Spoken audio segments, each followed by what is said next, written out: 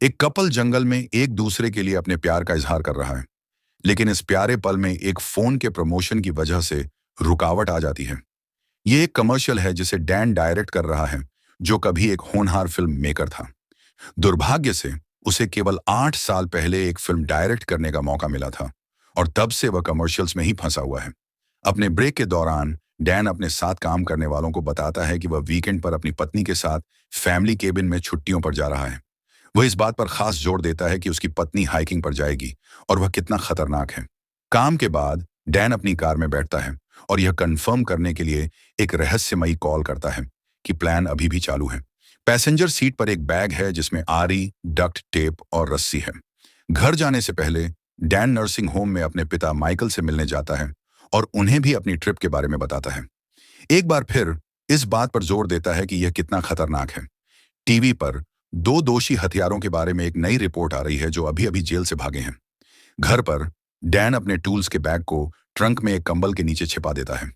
उसकी पड़ोसी रेचल उसे देखती है और उसे हैप्पी हंटिंग विश करती है, जो उसे अजीब लगता है। फिर उसकी पत्नी लिसा कार में उसके साथ शामिल होती है और डैन बहुत जोर से अनाउंस करता है कि वे हाइकिंग पर जा रहे हैं। उनका रिश्ता तनावपूर्ण है और वे स्पष्ट रूप से एक दूसरे से परेशान हैं। ट्रिप के दौरान डैन और लिसा एक दूसरे पर पैसिव अग्रेसिव कमेंट्स करते रहते हैं और म्यूजिक बदलते रहते हैं। लिसा एक महत्वाकांक्षी एक्ट्रेस है, इसीलिए वह अपने पति से बात करने से बचने के लिए पढ़ने के लिए एक नाटक की स्क्रिप्ट निकाल लेती है। जब वह नाटक के डायरेक्टर की बेइज्जती करती है तो डैन को लगता है कि यह उसकी तरफ एक इनडायरेक्ट बेइज्जती है और एक नई बहस शुरू हो जाती है। आखिरकार लिसा डैन से कम खुश होने का नाटक करने के लिए कहती है ताकि वे रिलैक्स कर सकें। जब वे आखिरकार केबिन पहुंचते हैं तो लिसा तुरंत वाइन पीना शुरू कर देती है, जबकि डैन उनका ग्रोसरी का सामान रखता है। फिर वह बेसमेंट में जाता है और यह कंफर्म करने के लिए एक कैबिनेट को अनलॉक करता है कि शिकार के हथियार अभी भी वहीं हैं। वह बाकी का दिन जगह की सफाई करने में बिताता है, लेकिन लिसा केवल आराम करती है। फर्श पर कुछ खाना गिरा हुआ है, जिसका दोष डैन चूहों पर मढ़ देता है। वह यह भी नोटिस करता है कि उसका एक स्वेटर गायब है। बाद में कपल मिलकर डिनर बनाता है और डैन लिसा के लहसुन काटने के तरीके की शिकायत करता है, जिससे एक और बहस हो जाती है। फिर वे झील के किनारे अपना खाना खाते हैं और डैन समझाता है कि उसने उसका पसंदीदा खाना बनाने के लिए स्पेशल इंग्रेडिएंट्स का ऑर्डर दिया था, क्योंकि वह इस डिनर को स्पेशल बनाना चाहता था।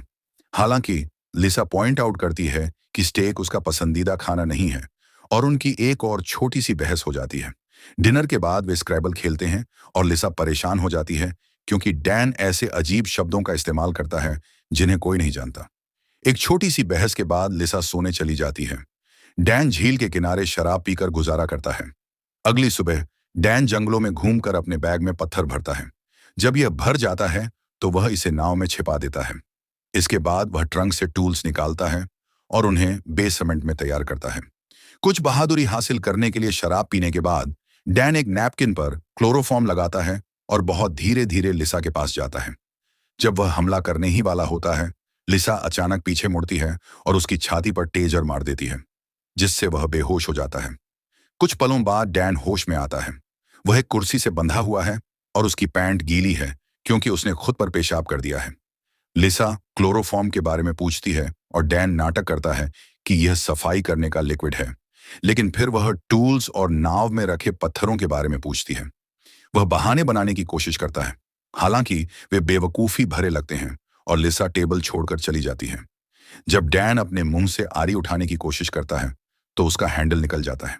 लिसा एक बंदूक के साथ वापस आती है और उस पर निशाना साधने से पहले उसे लोड करती है। वह थ्योरी लगाती है कि वह उसे बेहोश करने और पत्थरों से बांधकर झील में डुबाने की प्लानिंग कर रहा था, लेकिन उसे समझ नहीं आता कि आरी किस लिए है।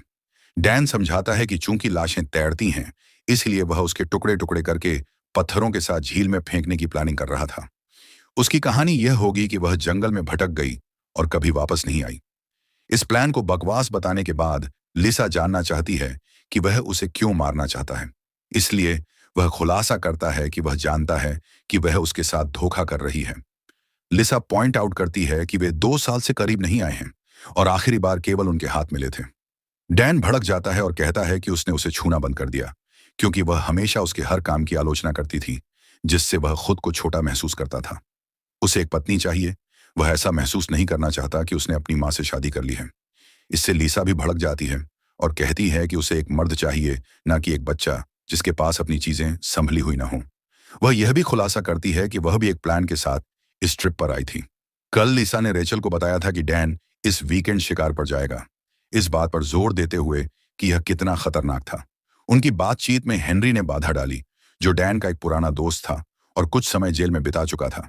कपल ने उसे कुछ काम करने के लिए पैसे देकर उसकी मदद की थी। प्रेजेंट में लिसा समझाती है कि उसने डैन को शिकार पर ले जाने, खुद के फिसलने का नाटक करने और गलती से उसे गोली मारने का प्लान बनाया था। डैन को लगता है कि यह कभी काम नहीं करता क्योंकि वह एक खराब एक्ट्रेस है और पुलिस उस पर कभी विश्वास नहीं करती। लिसा को लगता है कि वे उस पर भी विश्वास नहीं करते, इसलिए वे यह साबित करने के लिए एक दूसरे की मौत पर दुखी होने की एक्टिंग करने लगते हैं कि वे ऐसा कर सकते हैं। डैन पहले रोने में कामयाब हो जाता है, इसलिए लिसा बंदूक से उसके चेहरे पर मारती है और उसे अभी गोली मारने के बारे में सोचती है। उसी पल हेनरी उसके पीछे आ जाता है, इसलिए डैन बार बार कहता रहता है कि यह हैमर टाइम है, जब तक कि हेनरी आखिरकार उसे बेहोश करने के लिए हथौड़े से नहीं मार देता। 5 दिन पहले डैन और हेनरी एक अम्यूजमेंट पार्क में मिले थे ताकि शोर उनकी बातचीत को छुपा सके। हेनरी सही मात्रा में पैसों के लिए लिसा की लाश से छुटकारा पाने में डैन की मदद करने के लिए तैयार हो गया था, इसलिए डैन ने समझाया कि लिसा का $1 लाख का इंश्योरेंस था और वह उसे आधा देगा। हेनरी ने इस डील की डिटेल वाले एक डॉक्यूमेंट में और अधिक समय बिताने के लिए भी कहा, जिसे निश्चित रूप से हेनरी उसे नहीं देगा। प्रेजेंट में लिसा बेसमेंट में एक कुर्सी से बंधी हुई उठती है। वह आसानी से एक हाथ का टेप हटा देती है, इसलिए हेनरी और टेप लगाने के लिए दौड़ता है। डैन जानना चाहता है कि लिसा उसे क्यों मारना चाहती है, इसलिए वह उसे कंट्रोलिंग, कमजोर और इनसिक्योर कहती है। उसने उसे अपनी नौकरी छोड़ने के लिए मजबूर किया, जहां वह असली पैसे कमा रही थी, ताकि वह एक्टिंग पर फोकस कर सके।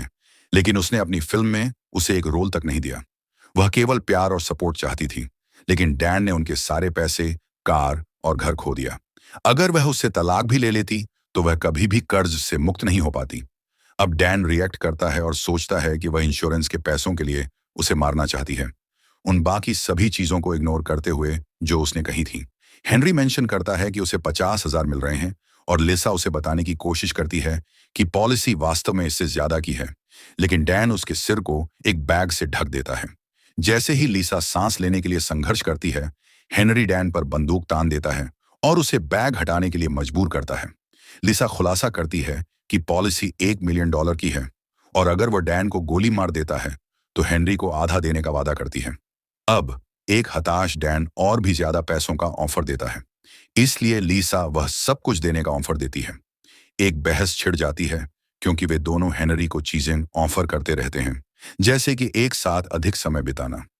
बातचीत से थककर डैन लिसा को धक्का देता है और बंदूक के लिए हेनरी से लड़ने के लिए उस पर कूद जाता है।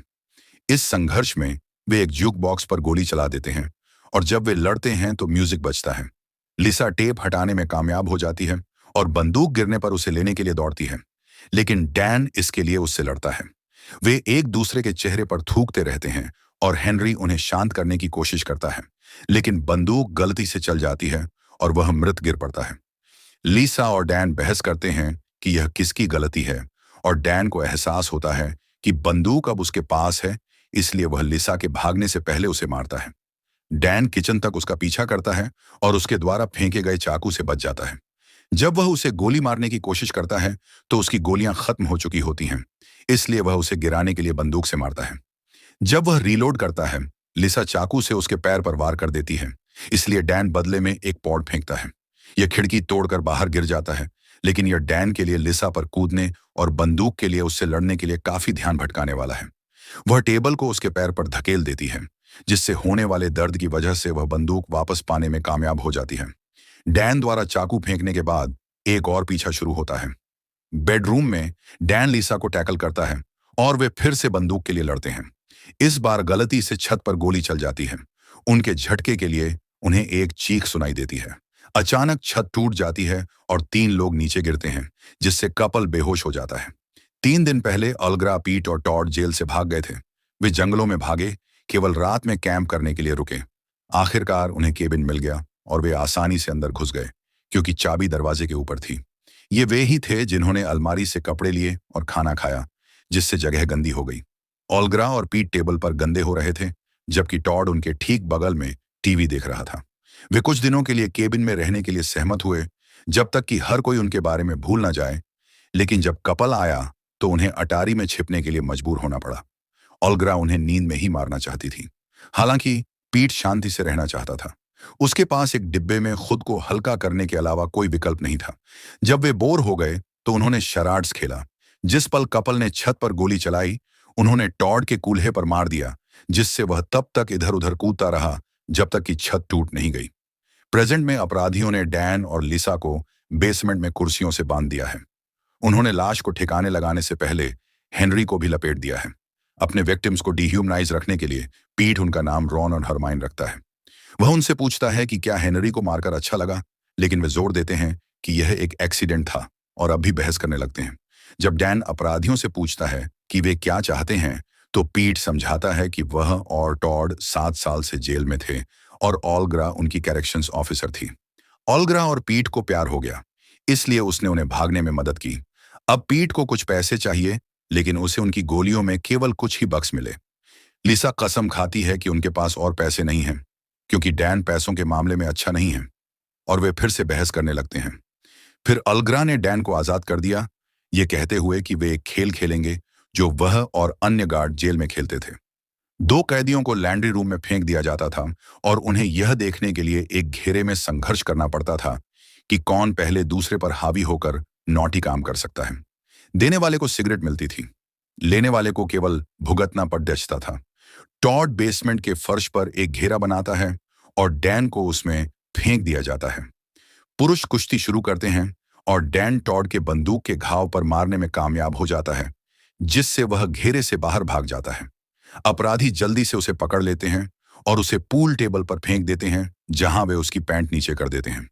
जब टॉड डैन का फायदा उठाने वाला होता है तो पीट उसे रोकता है और दीवार पर लगे मूवी पोस्टर के बारे में पूछता है।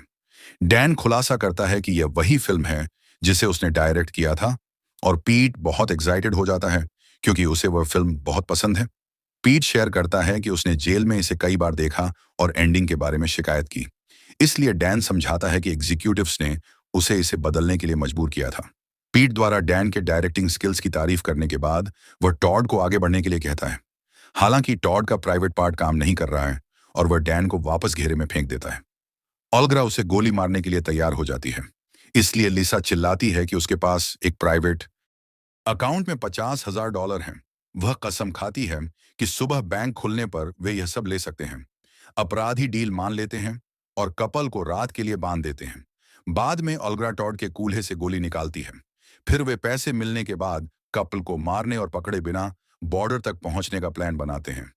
पीट कपल को मारने के बाद कार से छुटकारा पाना चाहता है, लेकिन ओल्ग्रा इसे एक पर्सनल कमेंट के रूप में देखती है और उससे तब तक बहस करती है जब तक कि वह कमरा छोड़कर नहीं चली जाती।